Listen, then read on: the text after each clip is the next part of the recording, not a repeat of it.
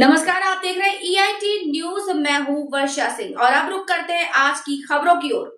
अयोध्या से खबर है, जहां राम मंदिर दान और भूमि खरीद से जुड़े कथित अनियमितताओं के आरोप को लेकर सियासत एक बार फिर गर्मा गई। यूथ कांग्रेस के प्रदेश उपाध्यक्ष शरद शुक्ला ने प्रेस कॉन्फ्रेंस कर राम मंदिर ट्रस्ट की कार्यप्रणाली पर सवाल उठाए। उन्होंने कुछ भूमि सौदों की SIT जांच और संबंधित लोगों की कॉल डिटेल रिकॉर्ड की जांच की मांग की है। शरद शुक्ला ने कहा है कि मंदिर ट्रस्ट के विशेष आमंत्रित सदस्य गोपाल राव और मुनि राजू की कॉल डिटेल रिकॉर्ड यानी CDR की जांच कराई जाए। उनका आरोप है कि मंदिर के बायलॉज के अनुसार विशेष आमंत्रित सदस्य को प्रबंधन संबंधी जिम्मेदारी नहीं दी जा सकती। इसके बावजूद उन्हें महत्वपूर्ण जिम्मेदारियां सौंपी गई। प्रेस कॉन्फ्रेंस में उन्होंने मीडिया के सामने ट्रस्ट के बायलॉज की प्रति भी प्रस्तुत की। उन्होंने कहा कि हमने जांच एजेंसियों और SIT को उपलब्ध कराने के लिए साक्ष्य जुटाए हैं। निष्पक्ष जांच होनी चाहिए। शरद शुक्ला ने कहा कि वो जांच एजेंसियों को सभी उपलब्ध साक्ष्य सौंपने के लिए तैयार हैं और जांच में पूरा सहयोग करेंगे। छपा है मेरे घर में छपा। इसमें लिखा है member of board of trust shall be accountable and answerable only for such monies, stocks, shares, securities and funds which actually come into their hand. Trustees shall not be answerable or accountable for neglect, default, acts or omissions or commissions of the other trustees or other person with whom the trust properties or any securities may have been deposited or kept. जिसके हाथ में जो पैसा आया उसकी जिम्मेदारी खाली है जिम्मेदारी। किन्नू क्या कर लिया इसकी जिम्मेदारी नहीं रहेगी। ट्रस्ट ने लिखा है। आगे आएंगे the first trustees of the trust मतलब Champat Rai who are appointed as per para D में ऑप्शन दिया कि सब लोग नहीं will carry out their responsibility throughout their life। जब तक जीवित रहेंगे तब तक ये महासचिव रहेंगे। ये ट्रस्ट में है। मैं आपको PDF कर दूंगा, उसमें कुछ डॉक्यूमेंट ऐसा ना हो, अकेले मैं नहीं लगा रहा हूं। ये ट्रस्ट पे ट्रस्ट खत्म हो चुका है, ट्रस्ट भ्रष्ट हो चुका है। इस पर अब ट्रस्ट को भंग करने की आवश्यकता है। मैंने जो आज तमाम डॉक्यूमेंट दिखाए हैं, मंदिर ट्रस्ट के अंदर तमाम लोग जो बैठे हैं, गोपाल राव, डॉक्टर अनिल मिश्रा और चंपत राय, उसमें एक गोपाल राव है। ये ट्रस्ट के विशेष आमंत्रित सदस्य हैं। ट्रस्ट के बायलॉज में लिखा हुआ है कि विशेष आमंत्रित सदस्य को कोई मैनेजमेंट का काम नहीं मिलेगा, लेकिन गोपाल राव पूरा मंदिर चला रहे थे और काम तो मंदिर के अंदर होता था। गोपाल राव मंदिर के बाहर भी काम करते।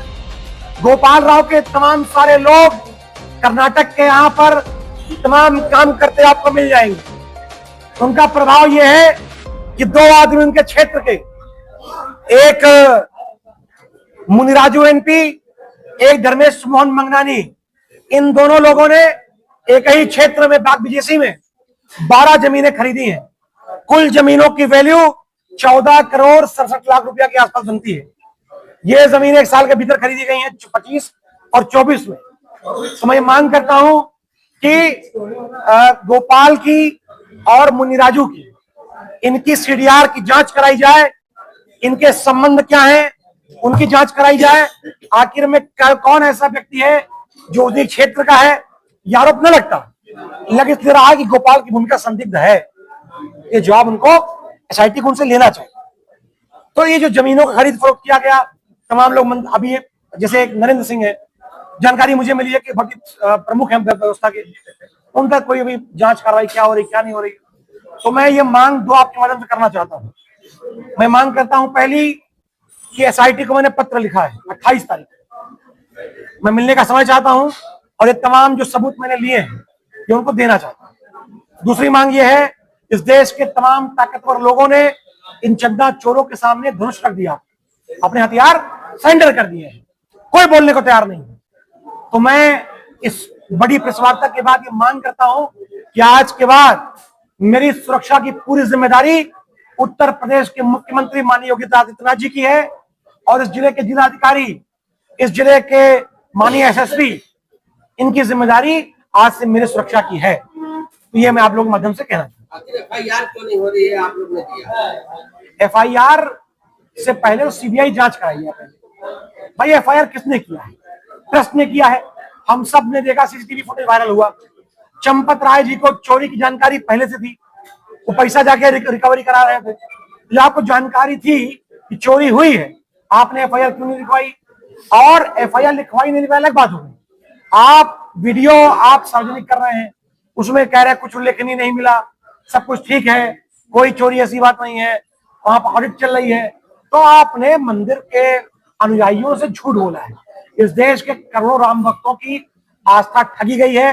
और एक पत्र मैंने जो पहले इस बीच में और एक लिखा था, मैं उसको छोड़ के बता दूं आपको।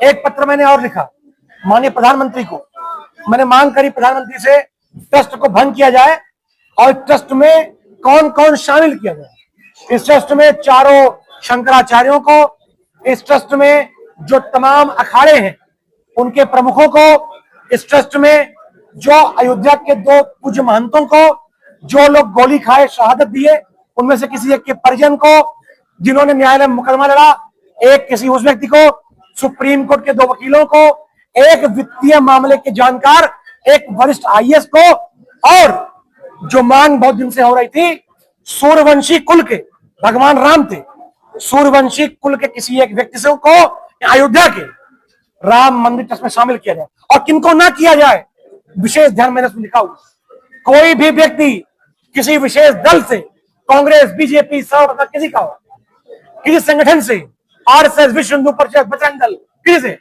प्रत्यक्ष अथवा अप्रत्यक्ष जुड़ा है तो उसको इस ट्रस्ट में शामिल ना किया जाए। ट्रस्ट जब ऐसा बनेगा तो चोरी नहीं होगी, रामलला की सेवा होगी, राम भक्तों के धन का सदुपयोग होगा।